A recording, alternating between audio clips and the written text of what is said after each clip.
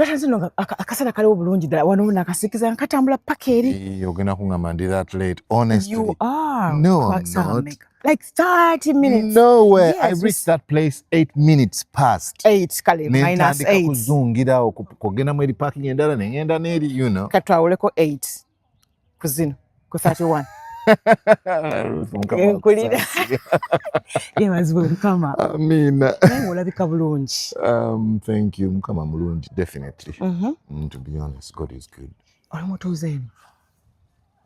Tutandise. Hey. Byogere tukuwe. Welcome to yet another edition of Share with RKB. So today with me is Cute Kaye, Gwendi naye era nga tusinzidde wano e Birmingham, Northfield, Victoria Park, Republic. Bantu batulawa benjawulo abakadde bakeera wano okuyota. Because of the sun, We are so excited. Kabe ffe tufuna bya bulijjo Uganda. Ne tubisaamu amaaso teri ayagala kufuluma wabweru. Negwe omanyi tino bw'obeera eno w'otandika okwapreciating ebintu bye tulina Uganda. Yes. Bagamba Baganda balina olugero nti atannayitaayita. Y'atenda nnyina okufumba. So it's necessary, many times it's necessary okutambula n'olabako ku bintu ebirala n'abantu abalala how they live. Omanyi nti no mu therapy kyetubadde nga tukola Uganda nga tukikola nnyo. Abantu abajja nga balina depression oba nga balina extra anxiety nga y'amaanyi nga tugenda bwe tumala okwogera biki after a little while tuba tugenda ng'emulago. Mulago? Mu ddwaliro? Mulago mu ddwaliro. Mu intensive care unit. Ne balaba abantu abalala abalwadde abali bwe bati atalina kigera akaabira wano oli akola ki balwanira obulamu bwabwe. Mugenda ofulumayo ng'akyuse naye nnyini ng'akizudde nti okay. So lwaki mubatwala okulaba abantu abo basobole okuzuukuka okwapreciating ekigenda mu maaso mu bulamu bwabwe. You're normal. Like oyina emigulu oyina amaaso tosiza mu bipiira. It's just, you know. Usually ekireeta depression ebeera tannaba kubeera extreme. Kubeera kwekakkanako. Abantu tulina ogwo omuze ogwekakkanako. What's that? N'okkakkanako gwe nze ndabye era jjo saalidde emmere nze mbonaabona n'olinze gwe yatunuulidde oyo akola bw'ati era nze kiri kyannema nekiri kyagana ne bwe ngenda eno ogundi onansongamu oli amwandikako ebintu ebibi. Kakati you just get overwhelmed by being selfish. So many times it's necessary to just get out of yourself. And honestly, for me, I have used that very, very much. Getting out of myself. Kinyambye nnyo okuva we nava mu rehab. Okusobola maintaining a sobriety. Yes. Kinyambye nnyo nti I make sure I do not stay within myself. I stay outside of myself. Who told you that?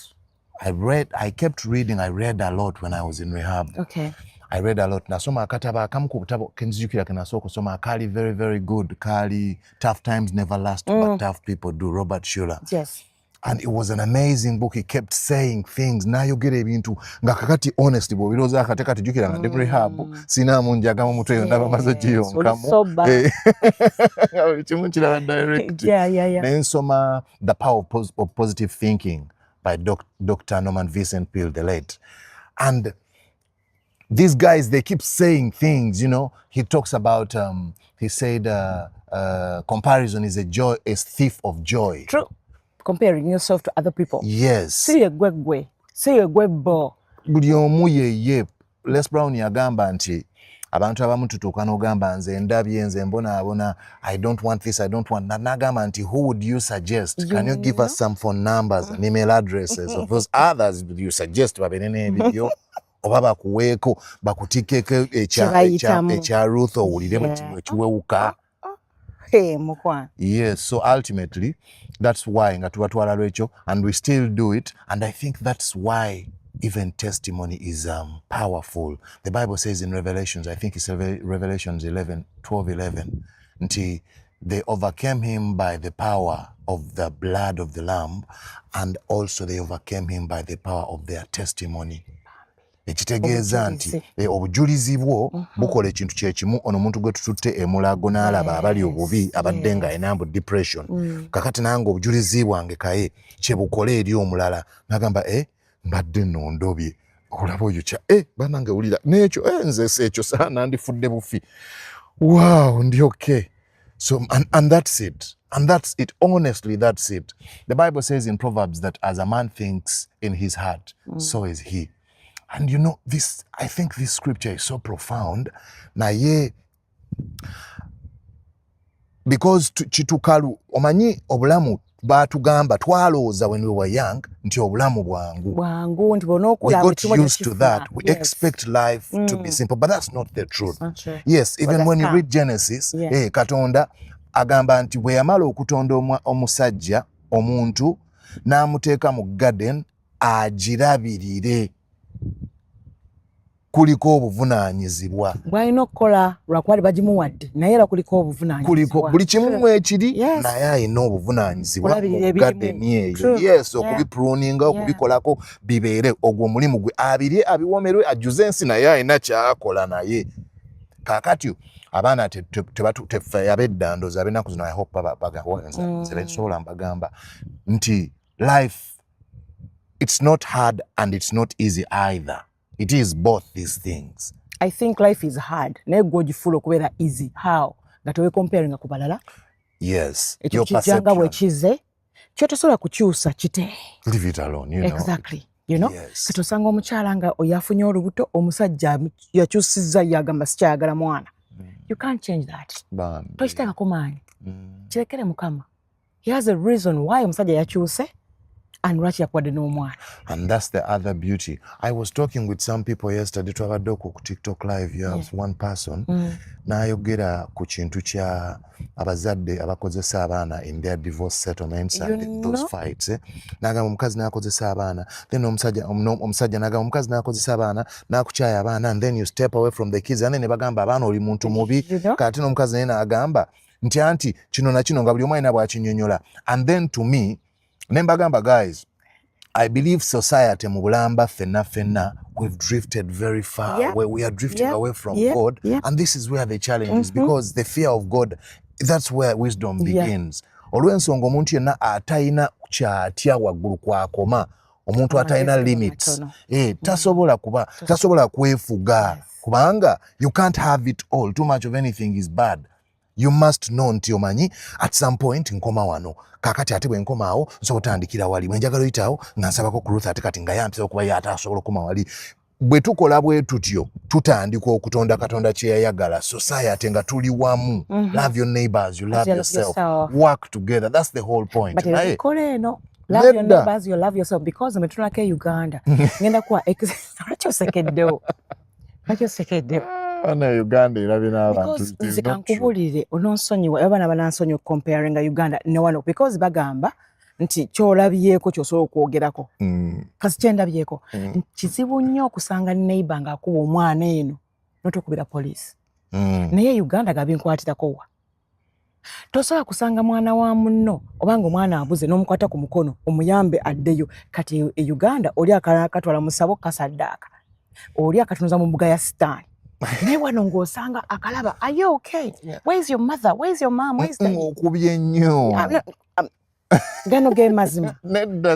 As in, it's not that extreme. Ne wano eno ate obanze we ngenda n'abaana we ntwala abaana ku park. Omu bwadduka azanyira eno, omulala n'akwata eno side. Otandika kuvaamu biri obula kujjayo simu oli obeere ng'omulikodinga nga bwewetegereza ono osobola okumanya gy'alaze, kubanga olobamu katono. Pedophiles, abantu abali dangerous bano weebali. Naye ate bano kyesinza okulaba bano kye basinga okutya mu ekyo nti omwana singa mubulako bamanya bagenda mu mujjako. Nze ne bate basinga okutya. Nedda ekyo nakyo naye munnaye n'omwana wano abulawo.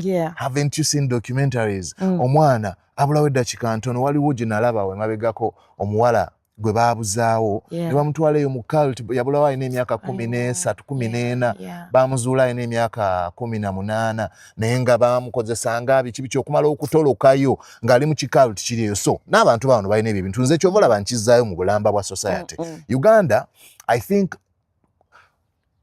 tulina ebintu ebitanna awareness gye tutayina. Kakati awareness yetulemesa to do certain things a certain way. Tubyejjeko tubikwasiza government. Ate nga ne government ebijjako naye bitukwasa. What's the government? Exactly. Tuba tubitadde mu bbanga. Exactly. You know? Unfortunately tuba tubitadde mu bbanga. But nze ne mugamba nti singa tuddayo ku ekyo awo wali obuzibu a role omutemwa kubanga Katonda bwe yatutonda fena yatuwa emitemwa yatuwa role as a person okitegeera Mr. Bwanika alina role eyiye naawe olina role eyiyo nina role eyange nti gwe togenda zanya ye tagenda zanya yiyo sijja zanya yiyo singa buli omu ofokasinga ku role eyiyo gwe n'ogikola diligently against all odds that is where change begins. BIG yagamba we can't change the world unless we change ourselves. Kati olajja kugamba nze role yange ngizanye naera ebintu bikaluba. Exactly, that's the beauty of life. As in? Just playing your role doesn't make things easier. It doesn't. Ate ngatuzeyo ku kya recovery kyoyogeddeko nti wano wakuyamba nnyo bino ebintu by'olimu okubanga otambula kikuyamba nnyo ku recoveringa. Do you think Uganda esobola okutuuka ku kino kitulabako wano? Because olaba nti facilities wano weeziri n'abantu weebali abakuyambako in nti oli nga tasuubira nti kayo ogenda kuvaayo omuddize. Naye amanyi gavumenti facilities everything era ye gavumenti ekiyimiriddemu. Naye kati e Uganda it has to be me or that person kati nga gwe wafuna amaanyi n'ogamba kayo neetaaga help ne weeyoolayoola n'otambula n'ogenda. Does it like mean you the person or the government in Uganda balina okukuyambako omuntu to recover? That's the trick. Chala Ruth, it is personal. Life is personal. And now for recovery, it is personal. Self-help, self-improvement is personal. It's a personal job. Yeah. Omulimu, it's an inside job. Hey. Omulimu gugo. And until you accept that, then you can practically do nothing about it. I'm writing another book. Okay. It's called Maintaining, well, probably to change the title, but I'm calling it Maintaining Sobriety. Okay. Because I've maintained sobriety for over 8 years. Is it about you? Not necessarily, but okay. It's my experiences, my ideas, and then of course research with other people and other things. Now, still it begins with acceptance. That's where life begins. No matter acceptance. You're sick, you need help. Nomaiti nafa abakiriza Katonda, abakiriza Yesu Kristo, kitandikira mu kwatula n'akamwako n'okkiriza n'oyatu gwe si gundi n'akwatulira gwe. Because the moment you do that, nga Yesu ajja atuula. Kati bw'amala otuula ng'emirimu gitandika. Awo. Waliwo ekiddako. Bw'amala okutuula waliwo ebiddako kati. Okusobola okubeera nga Kristo ogwo gwe mulimu gwaffe. You know, so recovery, it has to be you. Yes, it is only you. That's it. And especially if you're recovering from addiction or mental health, I should say mental health, because you see mental health, it attacks the command center. Wabeera buli kimu. Jukira, we are creatures of habit. We feel safer in what we know. Chetumanyi chetwamanyira kyekyo bwe tuzuula ekiri unfamiliar we get scared. You know, we are skeptical, we can't kakati bw'oba wamanyiira okubanga buli ngenda n'embeerako n'abakwano bange kati nina okubanga ate sikyagendayo ngenda nti mu gym kuba njagala kusala lubuto kikolamu emirundi ebino gamba it's a lot, it's tiring, nodda ku kiri kye wamanyiira. Kati nobaddeyo for some time era abantu obalabye bw'otunuulira ebitawaanya abantu beeno okubanga like bitawaanya obwongo bwabwe ne bw'otunuulira Uganda biki ebisinga okumenya abantu beeno ne Uganda when you compare the two? I think ekisinga omenya abantu baawano is obulamu buli pay as you go. What is that? You have to keep working. Yeah, exactly. You don't work, you don't eat. You don't work, you don't have gas. You don't work, you don't have electricity. You don't have water. So it's more, you know. Biru Obeera bw'oti buli sawa. Era nali ngamba omuntu nti system ya wano baagitegeka kukukuuma bw'otyo. That's it. See, otherwise bwe bakuleka nti ate olaagingemu okiringe. Now that's the price of this of these other rights ze tugambe eziriwo. That's the price. Nti ogenda okwekanga nga obulamu buli about kukola, possibly kuzaala, then okufa ultimately. And that's not living. Now, I know. And in Uganda, it's different. It's different. You can live life. You know? olumu ne weewumuzaamu bw'oba oyagala wa cute kaine mugaba cute nchaddeko ekyo naye k'okulya onakungoye zikuleseewo n'azipaakinga n'azikuwa nvugaako ntwaleko wali n'akutwala comfortably ntolaayawe ky'ekkumi ogendako mu kyalo osobola ogendako ku nnimiro osobola there is that kind of freedom simanyi we baginyonyola but that's one difference. And then the other thing here, Chovolaba, I think one of the biggest challenges is mental health. Yes, Abantu balina mental health. Balina boogera nabo. Kitegedde. Omuntu abalina neighbor we yaani. Obanga onaakola kiro, onaakola misana. Mubeera muyisinganya kati otuuka n'obeera bw'omunyo. Katonda teyatutonda kubeera bw'atyo. Katonda yatutonda kuba wamu. Ze bannange. Nobeera onotunuulira abantu nga tulaba wabweru n'ate nga mwebali. Oba tebawunya kamwa. Okusidika ennyo. No kutya because amateeka gali very very tight. Jjukira n'okutunuulira omuntu asobola okukulopa ne guba musango kugenda kulonya omuntu yakakubira poliisi oboleyo nga bakutuuseeko kale kati okwegendereza kungi tiptoeing abantu batambulira ku ndabirwamu. Uganda tulina nnyo obanga otana ku eggshells ng'omanye essaawa yonna wenkolera ensobi bunkeere dda lwabiro nga tebalina basajja ne bakola bwe bati baleme kukoonako kitako nnyo mukoonako oyinza n'omwekoonako gwe kennyini n'ogamba yankoonyeeko akuwa ebyoyagala ate n'omusasuza ate n'akusasula mu maziga ag'ekitalo but that's it. It is what it is. Akala akasinza okunneewuunyisa eno bano abazalazaala mu bantu oli kasita omuzalamu omwana labanga business child support efuuse obeera owedde kinyonyoleka ekyo bannange naddala munnayuganda planning okujja eno naddala buli omu ayagala nti omukazi we ndabikidde bulungi kamuzaalemu omwana ono kamuteekemu ezzadde kwegamba kwegadanga wagufuula mulimu gwa mu mutwe obeera ogenda kukolerera omukazi n'omwana era abakazi bakikola ekyo ng'agamba sikanzaale singa ageza nanzaalamu omwana okukugenda okuliira ku mwana kwendiira so omuntu ali lezi kubanga amateeka malamba ga bulambirira kati ate wano eno tosobola kukola nga tokkirizibwa kukola kati ate bw'oba okola kitegeeza your money is declared bamanyi n'okuzisalira eri ewa boosi oba tezinnajja ku akawunti oli tugambye ogenda okujja nga bill z'amazzi zavuddeko eza train zivuddeko eza baasi zivuddeko ng'osigazaawo ekikumi ekyo n'ogamba naye nkolerera kikino nga honestly ddala okolera ekyo so yes sleeping around also is not a good idea. I believe especially wano mwene ensi kyandibadde kyamagezi omuntu yenna aliwo okwekakkanya n'addamu n'atunuulira Katonda. It can save you a lot and you see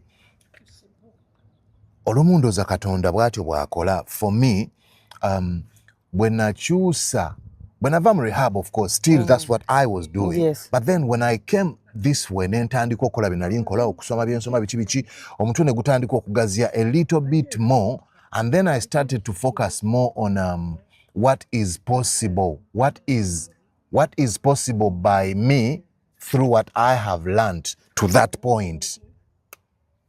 Yes. Ngamba naye chichi nsobola okukola kino nsobola okukola kiri I can help that one like this I can nentandika okulaba possibilities now what do I do in order to be able to do those things I have to add on myself I need some more skills probably I could read some more nkyasobola n'okusoma mutwe gukyakwata nkyasobola ne by the way wezuula you get the point and that's what life is about. The Bible says in Romans 12:2 do not conform to the ways of this world or patterns, but be transformed by the renewing of your mind.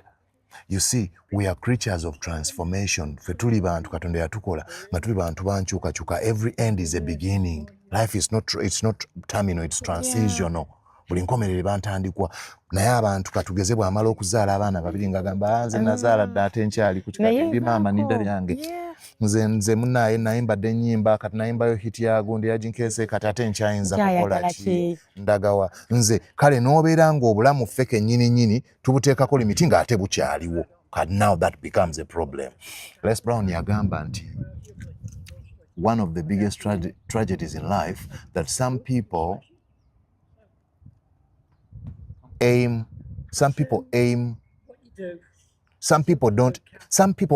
too low and then they hit. Okay. They hit what? What they aimed at. Oh, okay. Nero kwanta ba aiming too low. Kimwanguyira. Nebo amalo kihiti. They are dead because I katayina kigenda. Kati nga atandika kuloyita nga gamba bunkeredde ye ndi kuki. Abani andoga.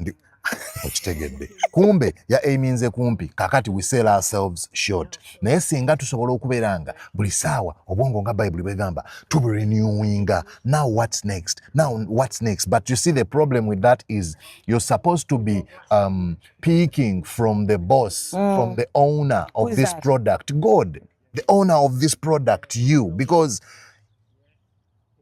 when I go to schools, I ask these children before I tell them anything, I ask them, do you believe in God? Yes, we do. Do you believe we come from God? Yeah. Yes, we do. Well, then that means you accept with me that God is our boss, certainly. Why do you ask that? Because I want to tell them something. That the reason why God, it's all right, God created you so that you can come on earth to fulfill what he wants. And now he realized that he's going to be busy out there doing a lot of the greater things that you cannot see, like your heart beating every night, your liver working and doing things. Those things happen by some other great guy, and that's him. So he gave you a parent, and that parent is the God here. Yes. And now, after the parent realized I had to look for money to put my child in a very good school, give them a good food, give them everything they need. I just work hard. And then they gave you a teacher. That means now the teacher is the new God because they're answering to this God from that God. You get the point? Yes. So ultimately, I tell them, your responsibility, your role is to listen diligently to this teacher. Now you are listening to God. Yes. And now you have aligned. And you cannot fail. Wow. Naye ate nga n'ekyo kiddayo kufa abazadde because kakati kisobola okuba nga baana baffe gwe obagambye ekyo naye nga tutuuka awaka muzadde tamanyi na Katonda tamubuulira Katonda. Unfortunately. You get? So n'olaba nti no omwana ky'omutaddemu ate awaka agenda tuko kipracticinga though abaana abamu bagamba mukafiri azaala omusomi.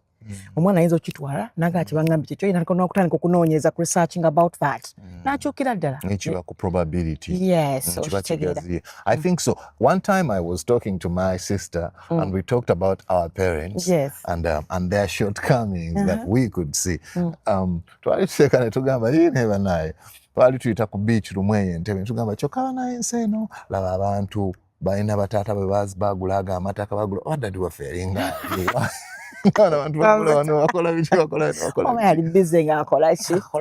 Yali yonna naye bw'okitunuulira mu bulambera bwe twamala tunyumya bwe twamaliriza gye twamalira nga tugamba nti bazadde baffe unfortunately nabo tebaabagamba bazadde baabwe kuba ne bazadde baabwe tebaamanya kati ate n'abazadde baabwe before them nabo tebaamanya kati gwe kyogezaako ku breakinga abaana bo wano wooli awo gwe wootandikira. That's it, and that's what God believes in. Katonda akkiririza mu kaakati. Katonda takkiriza mabega. Agamba mu Proverbs nti a man with a plow looking back is not worth the kingdom of heaven.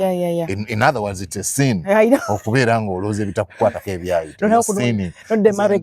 You're living in the past. Edda banne nakola bwe nti, edda singa nakola bwe nti. Because in the past there is nothing you're going to do there. You can't change anything in the past. But in the present, you have the power to create a future and a new past too. You get the point? And a new past too. So it's important to operate through your imagination. Awo kwennyini kuwagamba nti waga taata wange yali akola ki okuba nga teyagula like nga balala be baakola. Osanga oli olw'okubanga ekizibu n'omwana akirina n'agamba affe waffe bwetyo bwe tuli kyalina ku jjajjange. So I want you to talk about that also okubanga waliwo generational curse eyo naawe n'ogamba affe waffe bwe tuli tetufumbirwa tetuzaala bawala. I do not know honestly about generation curses. And unfortunately, I don't. Olumu nsirika busirisi mu church nga nina ebintu bisaagala kwogera nga ndaba abasumba balaba boogera bulala ate bantu bakulu bawe ekitiibwa nga ne binsobola ne ngamba but I don't believe that. And now when I read the Bible more and more, you can't have a generational curse. Bw'oli yakola ebintu bye yabimanyi. Kuba ffe abalokose Bayibuli etugamba nti abakkiriza Yesu tuli kitonde kipya ekikadde kigenze ekipya kiikino. Okitegeera ekitegeeza tuvaawo mabega waffe who cares. Right now you begin to go. So maybe abantu abatali balokole osanga kale bondoza baba balina generational curse yaabwe naye I don't believe in that either. You see, much as the Bible yegamba nti ng'omusajja bw'alowooza bw'atyo bw'ali naye ne mu psychology baazuula nti tool ekyasinze okubeera ey'amaanyi mu kukyusa obulamu it's self talk. The moment you can start to say things about yourself, that is what creates. Now, I will not talk in the Bible because some people say, bagamba, I know it's okay. Bagamba, which is understandable. And you see, the thing is, nze wemba sharing njagala okunyumya n'abantu. Mbera sagala kugamba balokole bukabe baba bafuna eddembe. It's everybody, no musiramu naye agwani. Amina. Awo tulina kituufu. I'm telling you because solina gat fewa tuli. And that's not true. Tali mbaga. And you see, once you accept that, obeera owedde. Omwami jo yanyumiriza story y'omusajja omulokole nti omwami ono yali mulokole ng'alina kapa awaka. Naye buli lwe yatuuka nga agenda okusaba, yalina 1 bedroom apartment. Buli lwe yatuuka nga agenda okusaba baasaba mukama webaza nnyo mukama nga kakapa kamwetoloola kayite eno kazunga. After a little while n'akafunira solution, n'akwata ribbon n'akateeka mu bulago n'akasiba, kati ng'akasibira wali ku kitanda ebbali. Na bw'aba agenda okusaba akasibira kasobola kutambula. N'asaba bw'atyo n'asigala ng'akikola bw'atyo nekibeera bwe kityo kakati omwana we ng'amulabanga naye teyamunnyonnyola lwaki asiba kakapa ako. Munnaye era gwera n'omwana alokosa akkiriza Yesu agenda akula nga n'omwana lwaba agenda okusaba afunayo kakapa kaliyo kaava nayo tekaliyo naye yafunayo kakapa akake kasibira ku kitanda ng'amanyi bwe kirina okuba. Osaba kakapa kali wali. Olina okusiba kakapa ako kateekawo dadi namulaba ebintu byakyuka nga buli lwaba asaba kakapa kabeerewo wali. Ne wayita ebbanga n'omwana katugenda mu maaso n'omwana bwe yazaala naye n'afunayo omwana. Ng'alina okufuna kakapa ng'agamba tomala budde bwe tosaba nga tolina kakapa ku kitanda nga basiba wali kakapa ku kitanda. So kaakati that is how dangerous it is mu mutwe gwo okweripa ku bintu ebyabalala ebitakukwatako. That's none of your business. Waluka story yako nakwogera lumu ku TikTok. Bannascience baafuna enkima, they got 5 monkeys. Bwe baafuna 5 monkeys ne bakwata ekiwagu ky'amenvu akakota k'amenvu akali ripe ne bakayingiza mu cage ne bakawanika awantu bwe bati. Bwe bakawanikawo ne bazikwata ne baziteeka mu cage ne baggalawo. Bwe bamala okuggalawo omu nadda ebweru emabega w'akakota k'amenvu n'akwata water hose ey'amazzi ey'amaanyi. Kaakati of course olwazigalira enkima munda nezikuba endulu nga zijja buli bwe yali esembera n'agikuba amazzi n'endala beesembera bw'atyo n'azikuba. Bwe waayitawo eddakiika nga 3-4 enkima ne zitandika obivaako nga kati tezitunulayo ne ku menvu. Sina gafana menvu. Amenvu gatukuba. Gutukubiza ati amazzi amenvu kitegeeza amenvu ago ga bulabe. Zaamala eventually ezo enkima tezikyagenda ku menvu. Owa hose n'avaawo ne bazirekamu 2 days 3 days agamenvu ne gavunda. Nga zaageesonyiye. Entiisa eri. Ne bateekamu amenvu amalala. Ne bakwata enkima emu ne bagijjamu ne bagireplace nga n'enkima empya immediately. Enkima empya yali efubutuka egende ku menvu zino ne zigikwata ne ziwoggana eyo togeza n'okola ensobi owedde k'osemberaawo. Togenda kikkiriza. Ono n'agezaako alwane wema yageranga wano naye owange. Kansigale bano bensanzeewo. Balina kye bamanyi ndoza waliwo ekiriwaawo. So ultimately bajjamu enkima zonna 4 bagenda bajjamu emu ne bajjamu the original 5 ne mubeera nga mulimu 5 new ones ezitaakubiddwako wadde ettondo ly'amazzi naye zonna nga tezigendayo eri. Bano bazistopinze bwe bajjamu yasooka ne balekamu ennyo ezaabaddemu original ne basaamu emu ne bagigaana ne bajjamu endala ne basaamu empya ne bajjamu eziri original zonna kati nga zina ate zigaana nazo nga kati ziri conditioned zigaana endala kati. So byaggwa enkima tezikyakwata era ekyo ekintu abantu tukikola nnyo mu bulamu bwaffe obwa bulijjo kubanga kyalema Cute Kaye togezaako naawe ekyo kyagaana. Ewaffe tulinnya nnyonyi. Kiki kyoyogera? Ate munnange ani yali agirinnye ewaffe? Kati ate wulira akamulu oli kutonda kubanga akakamwa kalina amaanyi mangi nti kaakati mu nsobi ey'omu mutwe gwo okulooza nti lwakubanga oli yagamba bw'ati ne bw'ati laba ate bw'okozesa amaanyi Katonda gwe agago ge yakuwa okutonda kale ate n'otondamu kintu kiri negative simply because okakanye well. I believe in prayer. You should pray for yourself. You should pray for whatever you think because that's what the Bible says. Ask and it shall be given. Knock, for everybody that knocks, everybody that asks, it will be given unto them. But leave the things in your past alone. I think it's important to operate in your imagination. Do you think senga oli omanyi Mukama nga bw'omumanyi kati twaligenza mu biragalalagala? I don't think so. I think mu biragalagala nalina okugendayo okusobola okumanya bye mmanyi. Okay. Singa nakakana mu church much earlier sanditegedde bye mmanyi. True. Yes, nandibadde nkyalina ambitions ne hope in my own strength and power and ability nga bwe nali ng'omuvubuka. Nandibadde nmanyi nsobola nandisigadde ndowooza yenze. Mpaka kati bwe yamala okunkuba obulungi flat bengwala flat n'enkoona n'enywa nangamba kati kale situka nennemwa nagamba gita abantu bakusitule oza kyoyagala kyonna oba ogenda wajjajja muwanga bita bakusitula nengezaako buli kyendowooza kisoboka nze nekigaana nemugamba manyi kigaanyi nyamba nkwegayiridde nagamba kanzije nzijja nkyali bize n'amala ebintu bye n'amala ebintu bye nali ngamba Pastor Robert I think last year but 2 namugamba nti Katonda ono gwolaba alina tumumanyinga mbu Katonda wa laavu, Katonda ayaggala ennyo, naye Katonda mukambwe. Ate agagattibwako alina ebbuba. Katonda mukambwe. Mukazi. So tulina ebbuba. Katonda mukambwe. He will kick you in the stomach bw'esootinge. Kiri gy'oli talina obwo budde bwo. He is a strict parent. Tomata kosagali. Yantegula nandaga nti gwamanyi n'envuya ne mugamba manyi nkwegayiridde sikyaddayo. Kayagala akakaka. Kakati awo we natandikira n'okuzuula ebintu ne ntandika okuzuula okutegeera because kyebafe bagamba mukutya Mukama amagezi magasookera. Bw'otandika okutya Mukama otandika okwewa ekitiibwa olw'ensonga okizuula nti actually Mukama ali mu ggwe nti through your 5 senses oyingiza ebintu eri Mukama. Kakati you start to ask yourself a question, biki byempa Mukama, njogera akamwaka enkatula biki byendya omubiri gwange nkozesa ntya you know.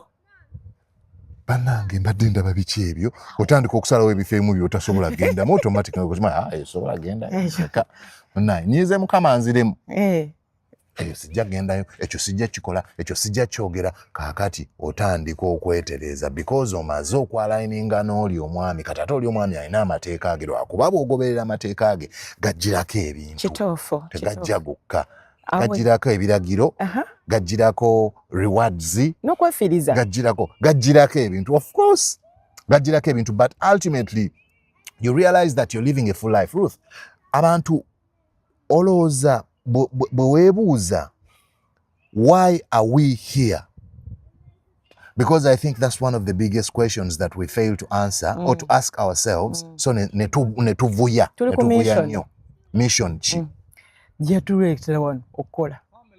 Well, kubuza kigambo ki, tambuza ekigambo. Anti kati omulanga kugamba kiki kyotegeeza ku mission ya kutambuza kigambo. Kakati tetuulye, tetunywe, tetukole kino bwe kiti, bakwata obuntu obutono obwa bulijjo ne babumikisinga ku the ultimate goal, ku kintu ekiramba.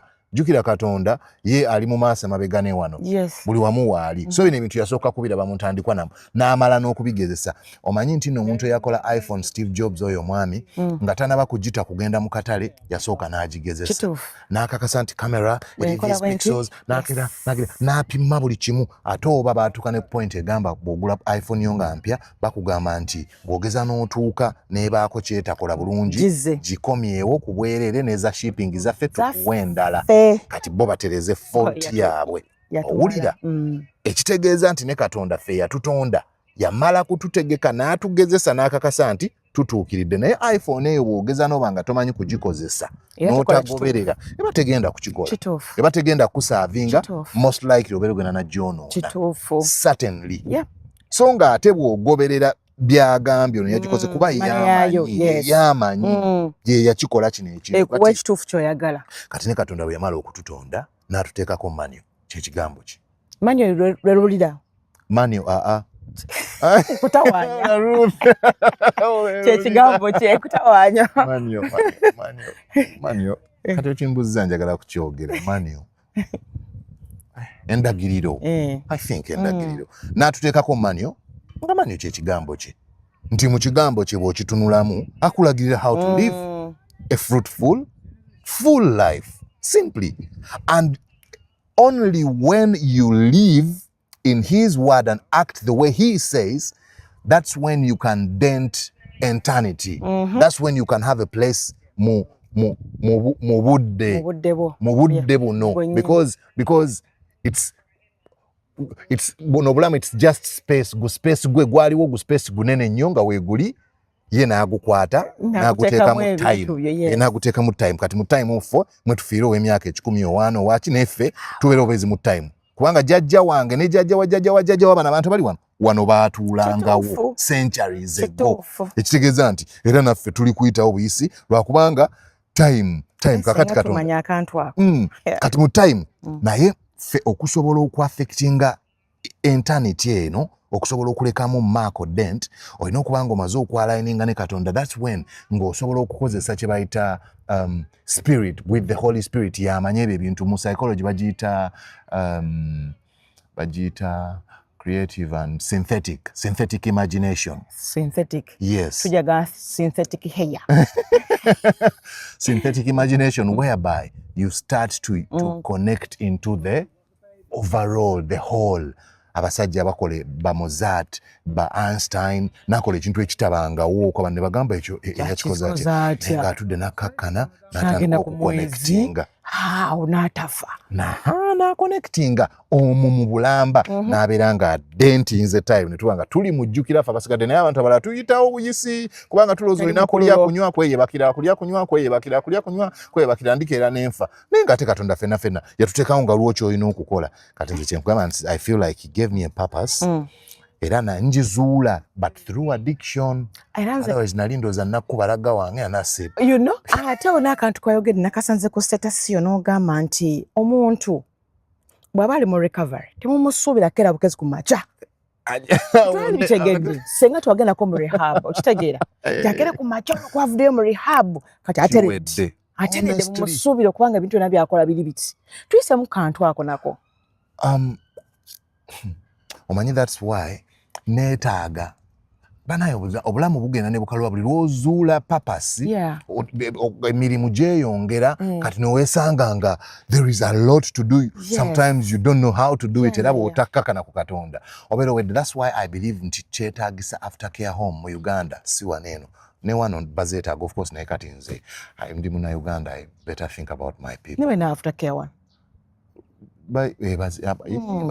kikyo batalina bannange olaba n'omwana osobola omuzaalira mu tube awo n'ogenda omwana n'omukerako n'omulabako n'omusiimulako n'oddayo n'okola ebibyo nkola emirimu twetaaga aftercare home olw'ensonga biggest challenge eri e Uganda ewaka waffe omuntu bw'ava mu rehab bamusuula awo eyabadde nga bagamba kati awonye kakati n'oddayo ku mulimu kyokka akeera kwebaka neera kati nga bamuddamu so nga ate obulwadde bw'omu mutwe buno tebugenda bwe butyo. So kutekona kati awo kati ova mu rehab ofulumye jjukira obaddeyo for some months or 6 or a year or something ofuluma gwe abaddeyo ensoddamu n'ogirabanga bwagiraba luli era kisooka kuba mu bwongo ofuluma. You see that's the biggest challenge actually nti woba ova mu rehab okusooka jjukira by the time you go to rehab usually abantu abasinga ffenna bw'ogendera mu rehab abasinga babatwala na byampaka ng'omaze okwonoona ebweru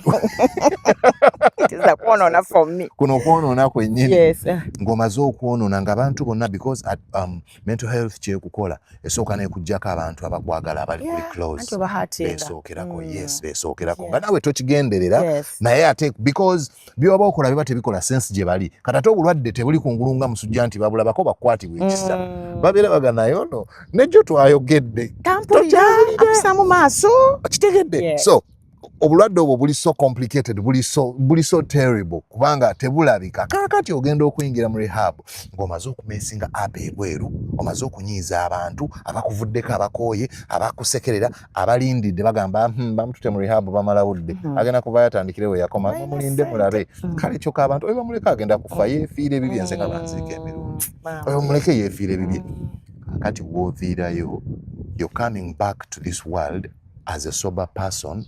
But now this world has a perception of a mad, sick person. And that's what they are going to portray on you. time in time out. That's the first kick.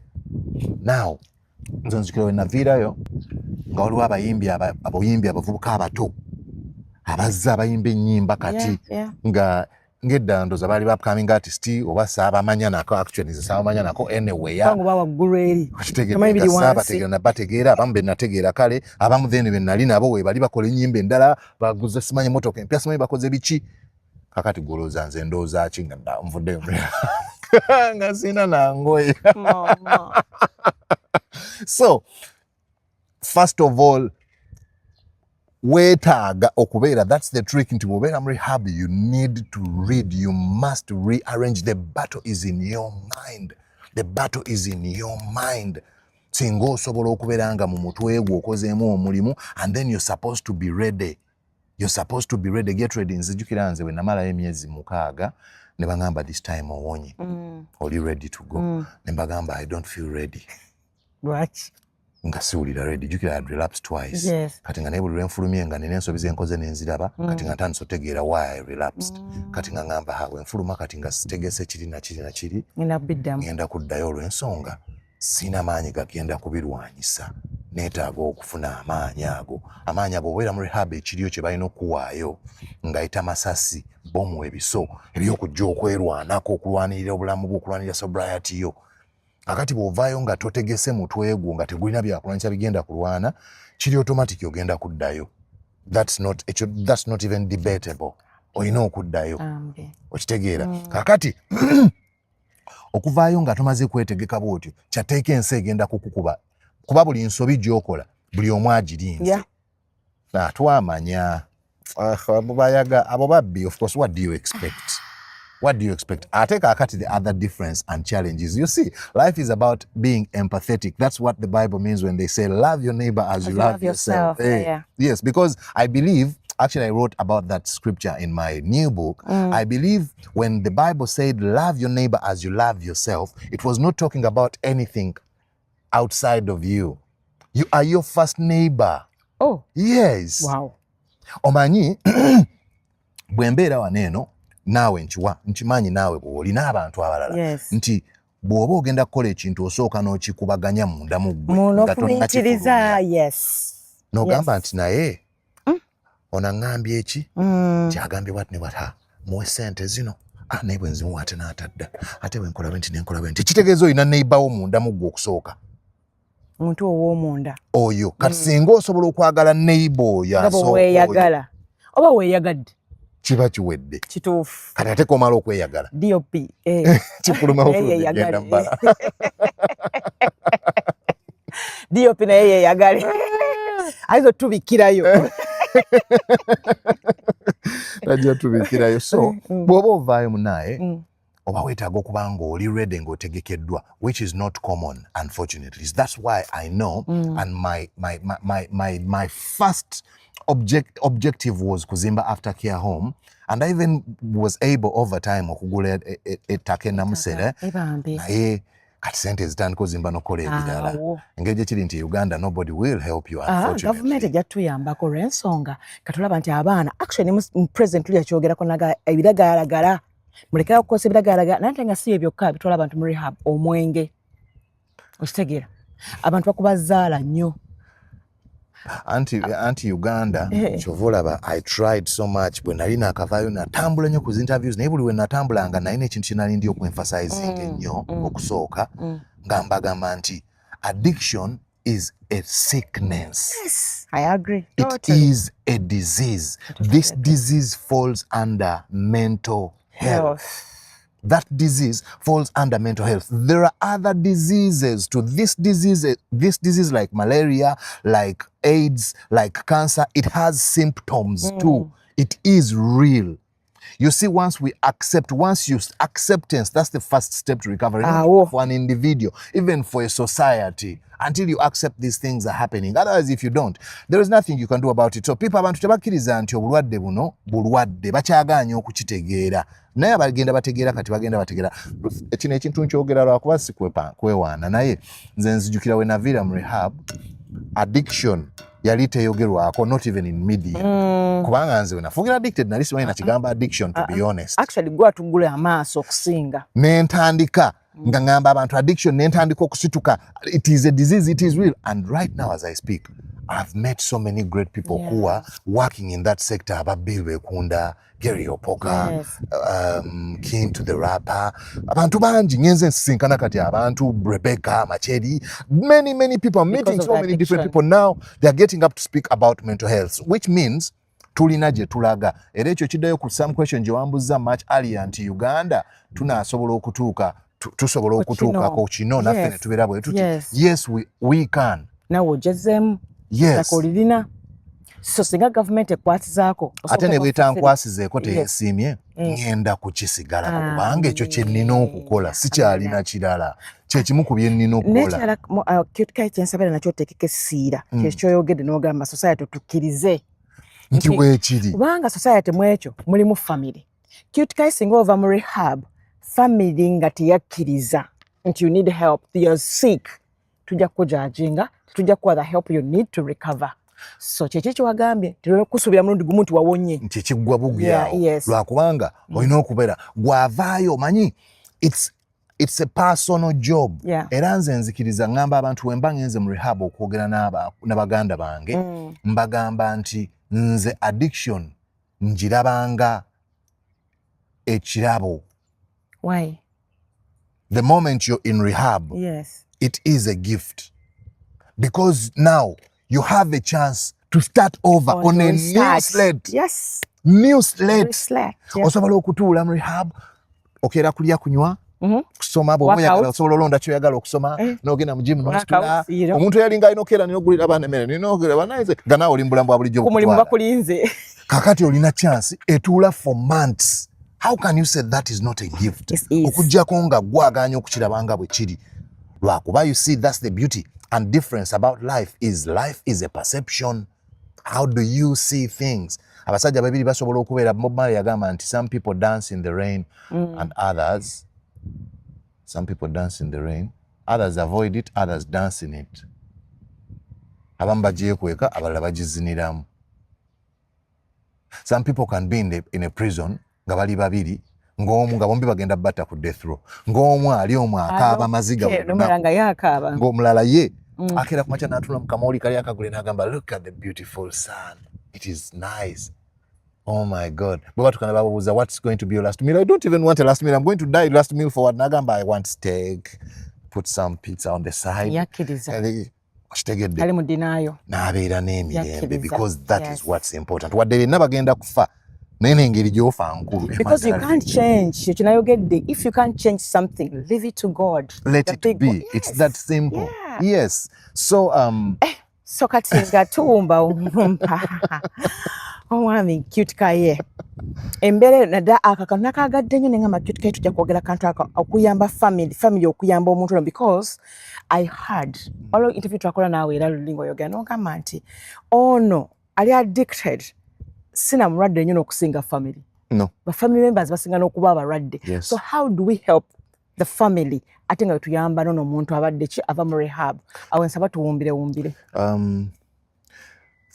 Family are supposed to go for counseling with the sick person. Rehabilitations in Uganda, unfortunately, zikola ekintu. Guys, I'm not attacking you because I love you so much and I respect you very much because what you do is amazing. It's necessary. But abamu bakikola nga bafokasinze nnyo ku ssente ze bajjamu nga zenkulu okusinga omuntu ono okuwona, which is evil.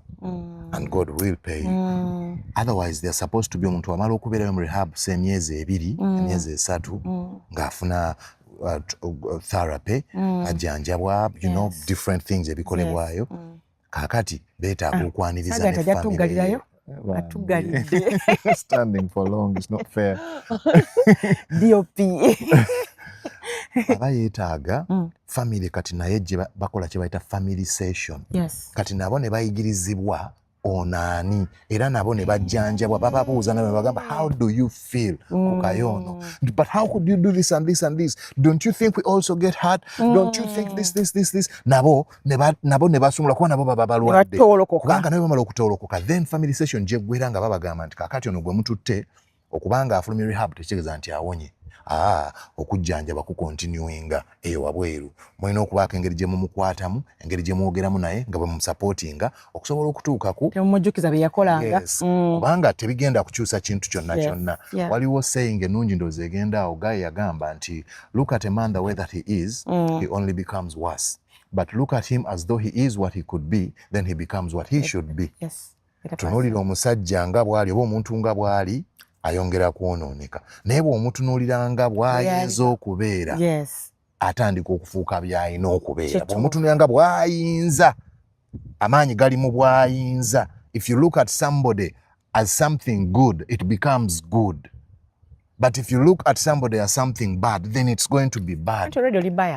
N'osuubira omuntu lwakubanga yavuddeyo agenda ku relapsing of course omusajja wamulaba mu Bible wa prodigal son omwana bwe yadda kyeyakola wamuwulira ayogerera ku kintu kyonna ekyemala mwana mga kangende mu mbizzi wakirindye mwana wange baliwo bali wano mumunaze mumwambaze suuti ennungi musale ekijjulo kiriwa tusale embuzi ezikyasinza okuba ensava banange mufumba omwana wange alabise obulamu budda mu maaso banange simabega n'aleka nayo. But that's not what life is about. Life is about what you can do in the future for yourself. So it would be very nice singa aba rehabs abazadde mbayita nabo ne mubawa counseling sessions n'abalwadde such that basobola okutegeera but then it goes back to kyembadde maliriza nti after care home nga tutwala abantu wava mu rehab ifo ky'okumuzza ewaka ate ffe nga tuntwala mu after care home ngerimu abantu nga ba acute care n'abatwala recovering mulimu skilling institutions abasobola okutunga aba IT abakanika pitch abakanika boda abakola biki okitegedde such that this person nga recovering ali skilled bwamala okubeera skilled they're integrated back into society as active somebody who can earn because an idle mind is the devil's workshop and it wouldn't apply more to somebody who has been addicted. I like that. Ng'obadde wamanyiira ddooredde omuze kati ojje nga tolina kyokola mbuotuulaawo kyatteeka ogenda kunoonya muzeebu kyatteeka naye teberezaamu omuntu akwadde omukisa waliwo nekyosobola okukola kati okanika buboda bwe wali abantu bajja olaba ku bakasitoma gweyagala kinze njagala break kale naye gwe naawe ogenda ova olweggulo nga weekooyedde ogenda kwebakira ng'osoma ku Bible okwebaza Katonda yakikoledde n'enkya kale you integrate back in life it's possible but then bw'olekebwa wali obeera olekebwa awantu wali dangerous waba wakuwonona kati ate abakusasulidde sente mu rehab baba bagenda kunyiiga twakutadde mu milioni zaffe 8 kakati laba neera nkyozzeeyo wabula banaye Mukama nyamba akute wali omuzadde yangamba nti nze ono omwana namutunuulirako olumu ne ndowoozaako ne ngamba bamuwa obutwa mama but imagine parents feeling like that abatuuse ku kisenge olumi babonje wange yagamba lumu yasaba n'agamba Katonda ati okufa Mukama nkwegayiridde mufu kyokutta omwana wange Mukama nkufa twala munze kubanga yakyali muto yasigalewo kale alabe ku bulamu bambi nkwegayiridde bulamu kingali mu kwevulunga mulekeewo kiki kyo mu mbeera gye wayitamu kiki otogyerabira era kyewaga nti Mukama webale kimpisaamu kino kubanga ate kyampedde ala kati kwendi ng'okyali mu mbeera ya addiction kyewakola olunaku ejambugira mu kyewakola oswadde nange oswadde omusajja olunaku lumu namala okuva nali neetaaga sente z'okunywa then kati nga maze oviirako ddala nsuula neeyo mu ggeto nafuna akaluumu ebikubi nnuma ninensekere oh God it was so bad kakati yeebazibwe Mukama yakujjayo Mukama mulungi alina ekisa munnange kakati nagenda nzijukira olunaku kale bana I can never forget Kathy yampa sente kusaasira yampa sente banange I love this man I love this guy dedede nampayo ku sente nzuuli mpaka mu kisenyi bwe mala okunywa bye nanywa mpaka ssaawa nga 12 kitundu nsituka nzunge ngende mu karuumu mba nfuluma nga nkyalinamu ng'ekyegumu ekitundu ekyogumu ebiri ngamba naye lwaki mbivaako nga nkyalinamu mutwe ekintu oli omuntu owokubiri gwe tulina okwagala nangamba naye lwaki toddayo n'ogira ng'onywanywako kati opapa kyolaayo yange ogenda mbikula siwese sizzeemu okunywa ngenda ogira nti nga ssaawa ziweze 4:5 kaakati ntambula nzungazunga mpitemu awo wakati mbuzaawo yambuke omusajja yali kasirikale nga katono nga kalina akasaale n'eccupa ya waragi sobola mwerabira bweyandaba kakini gwe bitambulisho yuko wapi sina kintu kyonna of course ate tanzikiriza walega akasaale bwengira bwe nti ngamba bukeredde nebyola tobitegeera tudde ku ttaka tatandise okunsamba gayi yansamba nanjabya emimwa ansambye olubuto ankubi yankubanga buli lweyeroza buli lwamala okunywamu ngaddamu ansamba sisobola kufubutuka waayi n'akasaale kale basically yankuba mpaka ku makya ssaawa nga 11:30 abantu bwe batandika otambula emisana ne bamugamba ono omuntu ng'ogenda mutta akukoze eki namusanze atambula ekiro bwemusanga atambula ekiro okuba mukube bwoti bagenda kukusiba ggwe n'agamba tugende n'antwala ku poliisi awo eyo ku ssaawa ya Queen bwe yantuusayo omukazi n'amugamba ono akoze eki nti abadde atambula ekiro bw'aba atambula ekiro ani amukubye bw'ati nti nze omukuba bukubi bw'oti kati oleese waaki wano muleese afiire mu kaduukulu kaffe